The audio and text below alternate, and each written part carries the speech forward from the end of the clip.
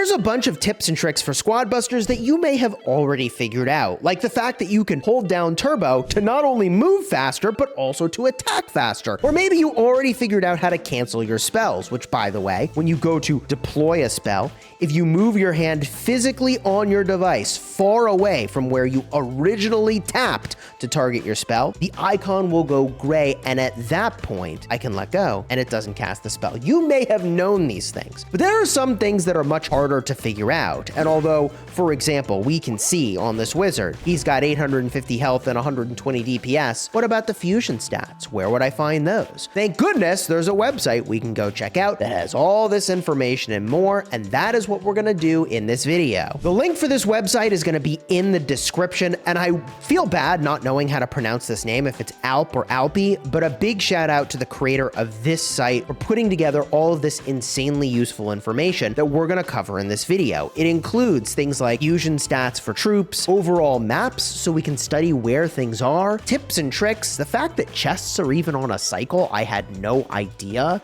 There is a lot that we can go and cover here, and we'll just get through some of the things that I will think delivers you the most value. So you can use the timestamps in the description to jump to whichever part of this video you're interested in, or to just preview what the tips and tricks are going to be. And I also want to give a shout out to Full Frontage, another content creator, and it's through one of his videos that I discovered this particular site. So let's dig in, and I want to start with fusion stats. How do fused units compare to mega units, and how do they compare to their base form? Well, in general, a mega unit has about 3.5 times the health and 2 times the DPS. That's pretty freaking sweet because look, at the end of the day, fusing your units will reduce the gold cost for getting more units, and also makes it so that when you tussle with someone, it is less likely that those units die because, as you can see here, they get a lot more healthy. So can you believe that a fused Barbarian King is more health and DPS than an El Tigre? Not by a little, by a lot. Now granted, El Tigre, listed here as Mega El Primo, can do a fat stun, which is pretty sick. Barbarian King also has a cool effect, but like, fused Barbarian King's looking pretty sick here. Also fused El Primo, 9,800 hit points, only 189 DPS, but like, that's not what he's there for.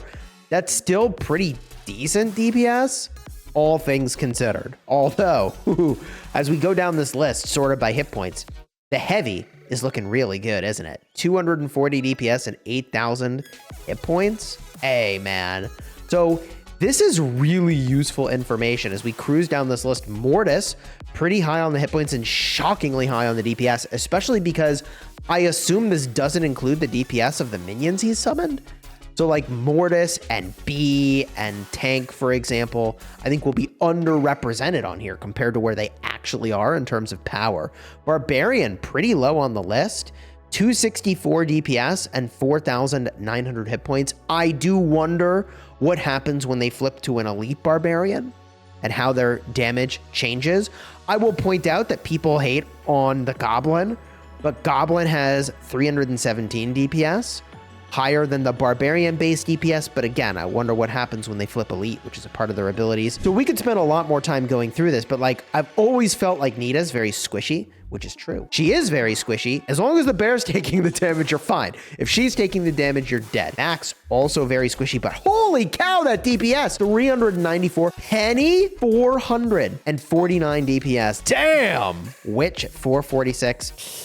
Well, Medic is looking really squishy here. Ooh, and like, oh my God, Bo, 2,450 hit points. Hey, yo, that is pretty bad. And his DPS is not good either. I mean, he's just there for PvE stuff. That's so interesting, which we kind of knew that, right? We kind of knew that, but just seeing these numbers and him at the bottom of the list for hit points, that is brutal. Now, the next thing here that you probably didn't know is that there is a chest cycle. I had no clue. I played Clash Royale, so I knew there was like a cycle of the chests that you will be offered in the game. And so it says, similar to Clash Royale, the rarity of chests that you earn with battles isn't random. It's predefined by a cycle that is consistent for every player, which ensures a balanced and consistent progression for all players. Interesting. Holy smokes. So we can read through a little bit of this, but there's 36 common pulls, 18 rare pulls, and 6 epic pulls.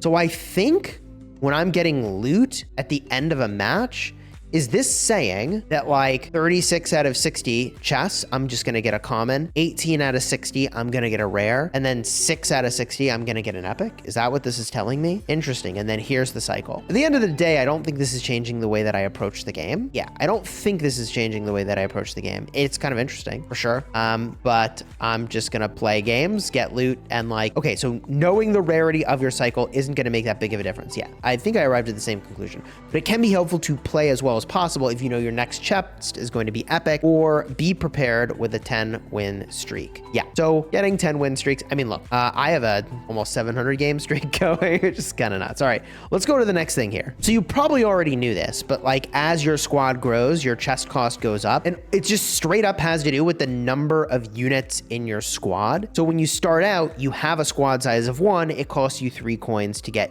your next unit. Then when you have 2 troops, it costs you 5 coins to get your 3rd unit. But you can see how it is insanely valuable to fuse, because if you start with a fusion, your coin cost goes back down to 3, right? No, at that point you would have 2 troops in your, no, 1 troop. Yeah, if you just start straight up with a fusion, you don't do any other shenanigans, like, you know, drafting an epic or a rare because they look cool. I don't know, man. I'm starting to think just going for commons at the start might actually be a very reasonable play. All right, this next section is some intermediate tips. And some of these things I already knew, but for example, did you know that you can keep track of the number of players still in your lobby? So how many people are left in the battle? In the upper left, you can see that number. Now, what's interesting about this is, I mean, I guess why not show it's 8 out of 10, but I do wonder if we're going to be getting maps that have more than 10, less than 10. Also, apparently there are custom shop offers. You can enable this in settings, more settings. I think by default, this was on for me. So technically you can get bundles that are more interesting. I would say that I don't get offered bundles that are particularly interesting anymore, but I feel like toward the start I did. Now, deselecting spells, we already talked about this. You can practice this in training mode, which is a big deal. I was doing this in training mode. I made a YouTube short about training mode, but this is the little icon right over here, takes you into training mode. All right. Troop collection balance for your squad, drop chances from chests, take into account how many you already have.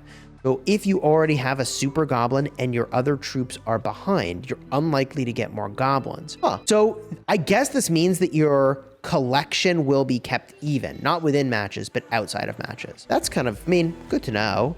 This is great to evolve new troops, but it can slow down the progression if you're for your most abundant troops. Sure. Due to this, buying your favorite troop will most likely not be a significant long-term investment.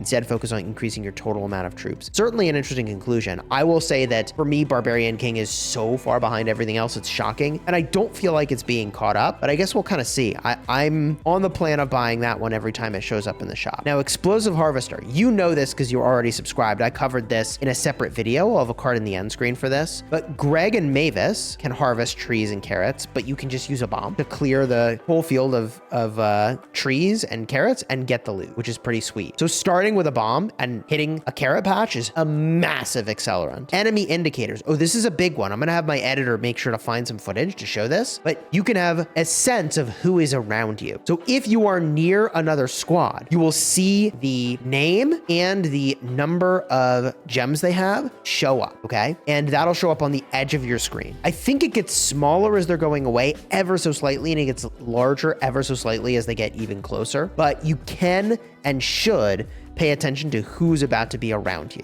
all right? Now, the fusion indicators over here, this is really interesting. So when your squads are big, it can be challenging to distinguish between fusion troops and normal troops. That is true. A normal unit has a hollow circle, nothing on the inside. A fused unit has the pink circle with the star, and the mega unit has the pink filling with, I think that's like an ETOL. I don't know what to call that shape, but it's got a slightly different shape. I mean, I don't know. The mega units really kind of stand out at this point. There. You know a mega when it's up in front coming after you, all right? What else do we have? Oh, this is interesting. Advanced, mobile or tablet. The amount of map you can see at a given time is determined by how wide your device is. I had no idea. The vertical axis is the same for everyone, so having a wider device will give you more peripheral vision. Tablets are usually less wide than phones, so they'll show you less area around you. At the same time, they can allow you to see everything in more detail, which can be useful in crowded battles. True. I am not going to be playing this on a phone. I cannot imagine. Ultimately, it's about preference, but be aware that the opponents on your sides might be seeing you even if you don't see them. That is insane. And we have a slight visualization of this, and I would say it is meaningfully wider. Holy smokes. Look how much more they see here. Like, we've got this cactus and then that like circle up above my head. And then you see like a shocking amount more. That looked like this whole area is extra on both sides. I'm gonna have to look into wider devices. I'm not even capping. Like, that is an astronomical advantage. I'm actually surprised that that is a thing. Let's talk very briefly about getting megas. So you're more likely to get a mega after every minute of battle. Epic and fusion keys have more chances than normal chests. Having less gems than the leader increases your chances of getting a mega. Having a smaller squad than the biggest player increases your chance of getting a mega. And having more types of megas in your collection increases your chances of getting a mega. So I guess there's some reason to have LT Gray sitting around and the chicken, but like, I'm gonna have to just buy some LT Grays to do that. And I assume that then it's that mega that will be showing up. I'm not sure how that works. Restraints to mega chances. Megas don't show up during the first minute. They cannot be obtained during the last 30 seconds. If other players already have megas, you're less likely to get one. And if you already have a mega, you're less likely to get another one. I suppose Mega Start really changes the calculus on all of this. Oh, and there's some details here. The following details may be adjusted in the future, but they can be useful to give you a sense of how relevant each variable is. Epic keys give, okay, 0.5%. Fusion keys give 1.5%. Yeah, I mean, when we looked at the unit stats for a fused unit, a mega is kind of like a fused unit. So it would be actually kind of tragic to be getting your mega pop from a fusion key. Like, you'd much rather it be when you're just opening a chest normally than when you use your fusion key, because the mega is just kind of like I mean, okay, they are very strong, but it's like an alternate fused unit that's slightly better. Anyways, gem difference. For every 100 gems behind the room leader, you get an extra 1%. So if you're 321 gems behind, you would get 3%. Right, so you're not getting many percentage points here. Squad size difference. For every 10 troops less than the biggest squad, you get 1%. Or, up to 2% for your mega collection, depending on the amount of mega types you have, and megas from other players. Your mega chances get minus 5% for each mega in battle. So this is interesting because if you draft a mega, not only are you getting stronger, but you're also denying the enemy their ability to get a mega. That is actually powerful in a way that I had not thought.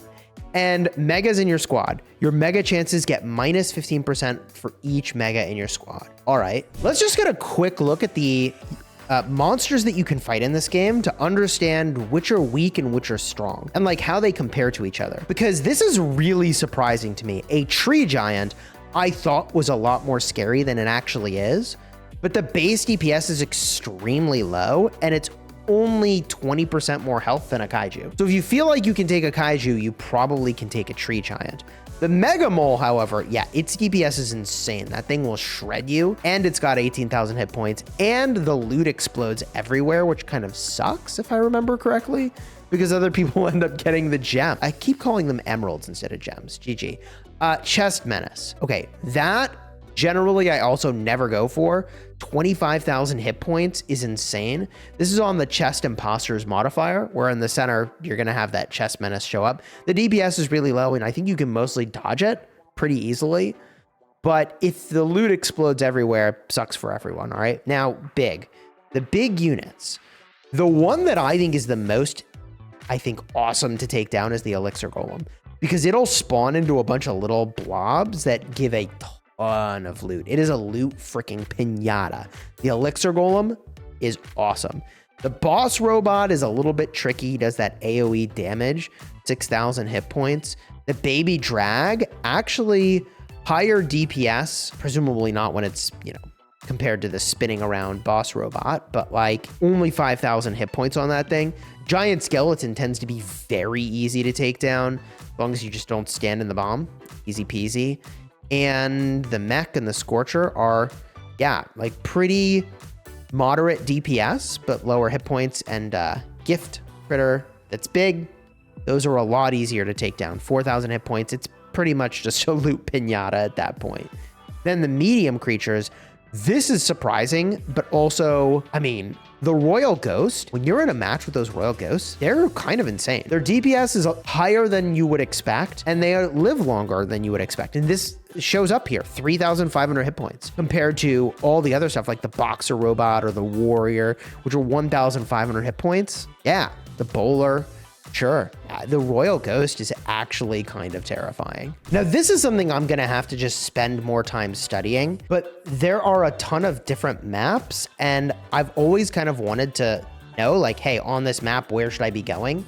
And over time, we'll just memorize all this stuff. The more you play, the more you learn all the maps, right? But it is, in my opinion, really helpful to be able to look at this and say, okay, like the carrot patches are all these orange squares with the plus in it. So like if you're gonna run a Mavis strategy on this map, where are the carrot patches? And there are some clusters of 6 in the upper right and the bottom left. Actually, the one thing that, oh, they do list it here, tools. They call them tools. So tools would be, I think, your tanks and your bees. Those qualify as tools. So these little boxes that have the yellow and the blue, that's where those are, compared to the regular boxes that, you know, they'll be there kind of at the start of the match, but I don't even remember if they spawn back in. Anyways, this is something we're not going to go over all the maps now, but I think this is a helpful resource for sure. All right, so this is really interesting. This is Squad Busters troops comparing DPS versus hit points, and we put it on a graph. This is actually very interesting to me. So you can see here that the Barbarian King is a bit of an outlier with moderate DPS and a ton of hit points on this thing, right? Also, El Primo, like slightly lower DPS toward the bottom, but like just a ton of health. Like these two units have a ton of health. Then you've got the Heavy in here, and he's looking pretty good. Also, the Royale King right there with him. Surprising, actually. Royale King, similar DPS, because he's a spawner, right? So, like, this isn't accounting for what he spawns in. Also, this probably isn't accounting for the fact that the Heavy ramps up his DPS if he stands still. And then poor Dynamite. Dude is squishy as hell, man. But, like, hey, look, if you're hitting 5 targets, you're probably doing more DPS than all the other units on here, right? And if you're hitting 10 targets, like, I don't know what's reasonable for him. Maybe it is, like, 5 targets. How many targets can a Dynamite hit? I think if he's fused, his range, or rather his template is bigger, right? Let's keep going here. What do we have? Main troops and megas. Yeah, so if you are not fused, megas are insane, right? Megas are actually insane compared to unfused units. And so this tells me that at the start of the match, megas are a lot more impactful than the end of the match. That's what I take away from this diagram. Megas and fusions, aha. So this is a lot more even. And this we already sort of covered. I like the visualization here where it's showing you how they used to rank, right? Versus, all right, we zoomed in so it's a little easier to see here. I like that this visualization is showing us that the megas are not insane compared to fused units, right? Like the megas, to me, visually, this indicates that megas are not quite as crazy compared to fused units. Now, I mean, like, yeah, the El Tigre, right? And the El Primo are just awfully close to each other on this thing. So, still very powerful, but keep going here. What else do we have? Detailed stats, other comparisons by rarity. Ooh, this is kind of an interesting slice. Let's see here. Okay. So this is curious. This is telling me the commons versus the rares versus the epics. What should I be learning here? I want to say like, oh, these units generally have more DPS, but I think what I take away is there are certain epics and certain rares that have higher health than everything else. And I think the thing that's not accounted for here is that, for example, a tank in her tank probably ends up being way on this side of the equation and is visually not represented here in a way that probably would be in most circumstances. I mean, you can find yourself a tank, right? GG. This is, by world unlock. Kind of curious, but okay, so some of these units you unlock right away and they just have a ton of hit points. you should look to El Primo if you need a tank, for sure. All in all, this site's really cool. Go check out the link in the description if you want to access this site. I suspect that more things will show up on here as the game progresses. I hope that'll be the case, because I'm really enjoying Squad Busters, and there's a lot of information that I don't actually want to spend the time to figure out, like, hey, how many hit points does this unit have when it's fused? So it's pretty cool that someone else has done the work, and it's all here for us. And if you're looking for more content just like this, consider subscribing to the channel. Until next time, you have fun smashing your enemies. Take care, everybody.